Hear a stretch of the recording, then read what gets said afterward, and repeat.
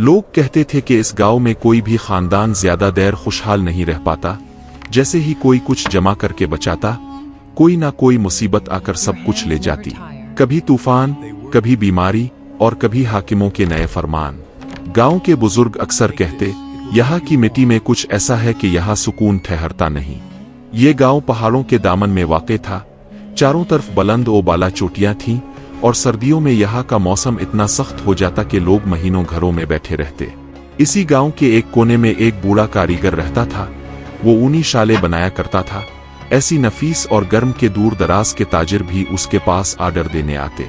उसके हाथों पर बरसों की मशक्कत के निशान थे। उंगलियां ऊन काट काट कर सख्त पड़ चुकी थीं, मगर उसकी आंखों में अभी भी एक अजीब सी हौसला और जोश बाकी था। उसकी बीवी भी उसी के साथ हर दुख सुख में खड़ी रहती थी। दोनों के पास ही दौलत नहीं थी। उनके पास एक छोटा सा कच्चा मकान था और उसी के साथ एक तंग सा कारखाना, जिसमें ऊन से शाले बनाने की खड्डी रखी थी। माली हालात मुश्किल होने के बावजूद उनके ईमान में कभी कमी ना आई।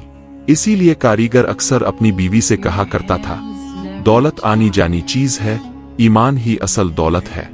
सर्दियों की एक रात, जब बाहर बर्फबारी अपने उरूज पर थी और हवा इतनी तेज थी कि दरवाजे खड़खड़ा रहे थे, अचानक दस्तक हुई। बहुत हल्की सी, जैसे कोई बहुत ही शक्ल से हाथ उठाकर दरवाजा खटखटा रहा हो। कारीगर ने चिराग उठाया और दरवाजा खोला। बाहर एक बूढ़ी औरत कांपती हुई खड़ी थी। उसके कपड़े फटे हुए थे, जिस्म सर्दी से नीला पड़ चुका था और होंठ थरथरा रहे थे।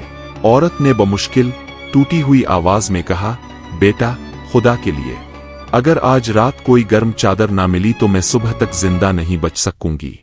कारीगर ने एक लम्हा के लिए पीछे मुड़कर देखा। खड्डी पर एक निहायत नफीस शाल तैयार पड़ी थी, जो उसने कई रातों की मेहनत से शहर के एक अमीर ताजिर के आर्डर पर बनाई थी। उसे बेचकर पूरे महीने का खर्च निकलना था, बल्कि कारखाने का बकाया किराया भी इसी से चुकाना था। उसकी बीवी ने भी देखा और दोनों की आंखें एक लम्हे के लिए मिली, मगर कारीगर ने एक पल भी देर ना की। वो खड्डी की तरफ गया, शाल उठाई और बगैर कुछ सोचे इस बूढ़ी औरत के कांपते कंधों पर डाल दी और बोला, अम्मा जान चादर से ज्यादा कीमती है। रिस्क का इंतजाम करने वाला अल्लाह है, वो हमें किसी ना किसी सूरत में अता कर ही देगा। औरत ने हैरत से इसे देखा, जैसे यकीन ना आ रहा हो कि इतना गरीब आदमी इतना फयाज कैसे हो सकता है। इसने कुछ कहना चाहा, मगर अल्फाज हल्क में अटक गए। आखिर खामोशी से सर झुकाया और अंधेरे में गुम हो गई। कारीगर काफी देर दरवाजे पर खड़ा रहा। बर्फ के तौदे हवा के साथ उड़ते देखता रहा। उसे नहीं मालूम था कि यही रात, यही एक फैसला आने वाले बरसों की पूरी कहानी की बुनियाद बन जाएगा। चंद दिन बाद गांव में ढोल बजे। सरदार के सिपाही चौक में जमा हुए और ऐलान किया कि खजाने की जरूरत के पेशे नजर इस साल हर कारीगर पर पहले से दुगना महसूल लागू होगा। जो एक हफ्ते में महसूल अदा नहीं करेगा, उसका कारखाना जब्त कर लिया जाएगा। ये खबर सुनते ही पूरे गांव में सन्नाटा छा गया। लोगों के चेहरों पर खौफ उतर आया। कारीगर का दिल भी बैठ गया। उसकी कमाई पहले ही मुश्किल से घर चला पाती थी, ऊपर से वो नफीस शाल भी अब उसके पास ना रही थी। उसी शाम कारखाने का मालिक भी आधमका, सख्त मिजाज आदमी, जिसे किसी की मजबूरी से कोई सरोकार ना था। उसने खुरदरी आवाज में कहा, तुम पर 3 महीने का किराया बाकी है और अब ये नया महसूल भी नहीं दे रहे हो। हफ्ते के अंदर पैसे ना मिले तो कारखाना खाली कर देना। कारीगर ने इल्तिजा की, मालिक थोड़ा वक्त दे दीजिए, हालात अब खुद देख रहे हैं। मगर मालिक ने तुर्श लहजे में जवाब दिया, मेरे पास किसी की कहानी सुनने का वक्त नहीं। उस शाम कारीगर खामोशी से घर वापस आया। इसके कदम भारी थे, चेहरा फिक्रमंद। इसकी बीवी ने इसे देखते ही सब समझ लिया। वो कोने में बैठ गया और अपनी थकी हुई हथेलियों को देखने लगा। बोला, अब कोई रास्ता नजर नहीं आता। यही कारखाना हमारी रोजी का वाहिद सहारा है और वो भी छीनने वाला है। उसकी बीवी ने उसके कंधे पर हाथ रखा और नरमी से बोली, दुनिया के लोग दरवाजा बंद कर सकते हैं, मगर आसमान का दर हमेशा खुला रहता है। अगर हाकिम के पास सिपाही हैं तो हमारे पास अल्लाह है। ये सुनकर कारीगर की आंखें नम हो गईं। अगर यहाँ तक कहानी अच्छी लगी है तो वीडियो को लाइक और कमेंट कर दो ताकि ऐसी वीडियोस आपको हर हफ्ते मिलती रहे। रात को इसने देर तक दुआ की, कांपते हाथ उठाकर रो रो कर अपने रब से मदद मांगी। अगली सुबह एक सवार गांव में दाखिल हुआ। और सीधा उस कारीगर के घर पहुंचा। उसने कारीगर को बताया कि सरदार के हुक्म से तुम्हारा नाम इस साल के महसूल से मुकम्मल तौर पर खारिज कर दिया गया है। अब तुम्हें कोई भी टैक्स देने की जरूरत नहीं है, क्योंकि किसी ने तुम्हारा महसूल अदा कर दिया है। ये सुनकर कारीगर की आंखों से आंसू बह निकले। वो फौरन सजदे में गिर गया और शुक्र अदा करने लगा। इसे समझ नहीं आया कि आखिर किसने उसके लिए ये सब किया, मगर दिल में यकीन पुख्ता हो गया कि अल्लाह कभी अपने बंदे को तन्हा नहीं छोड़ता। लेकिन खुशी ज्यादा देर न ठहरी। लोगों के मुंतशिर होते ही कारखाने का मालिक सामने आ गया। इसका चेहरा पहले की तरह सख्त था। वो बोला, सरदार ने सिर्फ महसूल मुआफ किया है, मेरा किराया तो मुआफ नहीं हुआ। कल गुरूबी आफताब तक पैसे दो, वरना कारखाना खाली कर देना। कारीगर की खुशी पल भर में गायब हो गई। इसे लगा जैसे एक गहरे कुनवे से बचकर दूसरे में जा गिरा हो। उस रात वो अपनी बीवी के साथ खुश्क रोटी खा रहा था। उसकी आंखों में उदासी थी। बोला, हम महसूल की मुसीबत से तो बच गए, मगर किराए की मुसीबत सामने खड़ी है। हमारे पास कोई इंतजाम नहीं और वक्त भी बहुत कम बचा है। बीवी कुछ देर खामोश रही, फिर उठकर कमरे के कोने में रखे पुराने संदूक के पास गई। उसने धीरे से इसे खोला और अंदर से चांदी के कंगन निकाले, जो उसकी सास की आखिरी निशानी थे। ये कंगन हमेशा बहुत संभाल कर रखे गए थे। उसने वो कारीगर के हाथ में रख दिए और आहिस्ता से बोली, अब उनका वक्त आ गया है, उन्हें बेच दो और अपना कारखाना बचा लो। कारीगर की आंखों से आंसू बह निकले। ये कंगन सिर्फ चांदी नहीं थे, उनसे माँ की यादें जड़ी थीं, मगर मजबूरी बहुत बड़ी थी। अगले दिन वो कंगन सीने से लगाए बाजार की तरफ निकला, जैसे अपनी रूह का एक हिस्सा साथ लिए जा रहा हो। रास्ते में उसे एक चरवाहे का खानदान मिला। उनकी सारी भीड़ बकरियां पिछले बर्फानी तूफान में मर चुकी थीं। खैमे के बाहर 3 छोटे बच्चे भूख से बिलक रहे थे और चरवाहे की बीवी उन्हें चुप कराने की कोशिश में खुद भी रो रही थी। उसने बमुश्किल कहा, सब्र करो मेरे बच्चों, रिस्क देने वाला अल्लाह जरूर रहम करेगा। ये सुनकर कारीगर वहीं रुक गया। उसके दिल में फिर वही कश्मकश शुरू हो गई जो कुछ दिन पहले उठी थी। एक तरफ उसका अपना कारखाना था, जो किसी भी वक्त छीना सकता था, और बुढ़ापे में बेघर होने का खौफ। दूसरी तरफ उन मासूम बच्चों की जान थी। एक आवाज अंदर से कह रही थी, अगर ये कंगन भी दे दिए तो तुम और तुम्हारी बीवी सड़क पर आ जाओगे, ये आखिरी मौका है। मगर दिल की दूसरी आवाज कह रही थी, जब तुम्हारे हाथ में मदद करने की ताकत है तो तुम खामोश कैसे रह सकते हो। उसने आंखें बंद की। उसे अपनी माँ का चेहरा याद आया, जो हमेशा जरूरतमंदों की मदद करती थी, चाहे खुद भूखी क्यों ना रह जाए। जब आंखें खोली तो दिल से सारी उलझन निकल चुकी थी। वो सीधा सुनार की दुकान पर गया और कंगन बेच दिए, बगैर किसी मोल तोल के। जो रकम मिली उसे लेकर तेजी से चरवाहे के पास पहुंचा और तमाम पैसे उसकी हथेली पर रख दिए और बोला, भाई जल्दी जाओ, बच्चों के लिए आटा और दूध खरीद लाओ। ये रिस्क अल्लाह ने उन्हीं के लिए भेजा है, इसे ठुकराना मत। चरवाहा हैरत से देखता रह गया, मगर कारीगर बगैर रुके वापस चल दिया, जैसे शुक्रिया सुनने से पहले ही वहां से निकल जाना चाहता हो।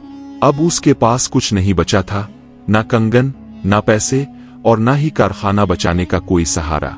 उसे अच्छी तरह मालूम था कि अब कारखाना इससे छीन लिया जाएगा। मगर अजीब बात यह थी कि इसका दिल बिल्कुल हल्का था। ऐसा लग रहा था जैसे इसने जमीन का एक छोटा सा घर देकर आसमान में कोई महल खरीद लिया हो। शाम ढलने लगी तो उसने फैसला कर लिया कि अब कारखाना छोड़ना ही पड़ेगा। उसने अपनी खड्डी और औजार समेटने शुरू कर दिए। पुरानी सुइयां, ऊन के गुच्छे सब एक कपड़े में बांध लिए। काम की मेज पर हाथ फेरा, जैसे किसी प्यारी चीज से आखिरी बार रुखसत ले रहा हो। अभी निकलने ही वाला था कि अचानक दरवाजे पर एक परछाई पड़ी। मुड़कर देखा तो एक अजनबी बुजुर्ग खड़ा था। उसके हाथ में लकड़ी की छड़ी थी, चेहरे पर सुकून और आंखों में अजीब सी गहराई। बुजुर्ग ने मुस्कुराते हुए पूछा, क्या आज कारखाना बंद हो रहा है या तुम हमेशा के लिए जा रहे हो? कारीगर ने गहरी सांस ली और बोला, हमेशा के लिए जा रहा हूं, अब मेरे पास कुछ नहीं बचा। बुजुर्ग कुछ कदम आगे बढ़ा और बोला, लेकिन मैंने तो देखा कि आज तुमने अपनी माँ के कंगन बेचे, फिर पैसे कहाँ गए? कारीगर चौंक गया, समझ ना आया कि इस आदमी को ये बात कैसे मालूम हुई। बुजुर्ग ने आगे कहा, मैंने ये भी देखा कि तुमने वो सारी रकम एक अजनबी चरवाहे को दे दी। अपना कारखाना बचाने के बजाय तुमने भूखे बच्चों की जान बचाना बेहतर समझा। बताओ, ये कैसा सौदा है?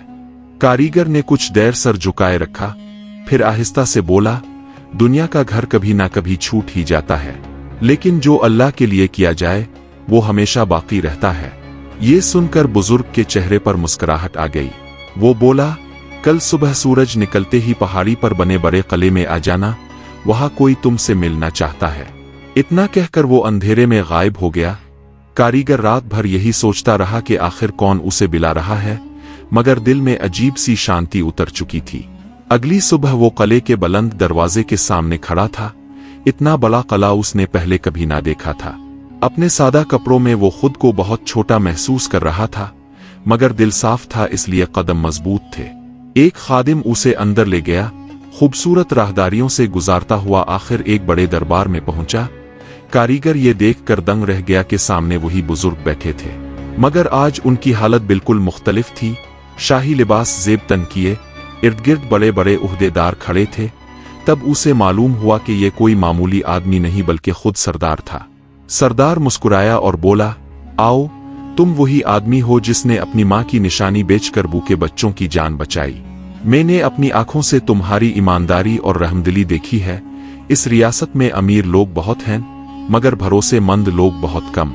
फिर उसने कहा, मैं पहाड़ों में एक नया मरकज बनवा रहा हूँ, जहाँ बेसहारा मुसाफिरों, यतीमों और बीमारों को पनाह मिलेगी। मुझे ऐसा ही कोई अमानतदार चाहिए जो इसकी निगरानी करे, और मुझे तुमसे ज्यादा अहल कोई नहीं मिला। कारीगर ये सुनकर साकित रह गया। एक सादा कारीगर को इतनी बड़ी जिम्मेदारी दी जा रही थी, मगर सरदार की बात अभी खत्म न हुई थी। उसने हाथी दांत का एक संदूक खिलवाया, जिसमें सोने की अशरफियां चमक रही थीं। सरदार ने वो संदूक कारीगर के सामने रखा और बोला, फैसला तुम्हारा होगा। ये सोना तुम्हारा हो सकता है, इतना कि तुम और तुम्हारी बीवी सारी जिंदगी आराम से गुजार सको, तुम्हें कभी काम करने की जरूरत नहीं पड़ेगी। या फिर तुम ये सोना छोड़कर ये जिम्मेदारी कबूल कर सकते हो, जिसमें सिर्फ मेहनत होगी, खिदमत होगी और मामूली सा वजीफा मिलेगा। दरबार में सन्नाटा छा गया। कारीगर ने संदूक की तरफ देखा। ये उसके सारे ख्वाब पूरे कर सकता था।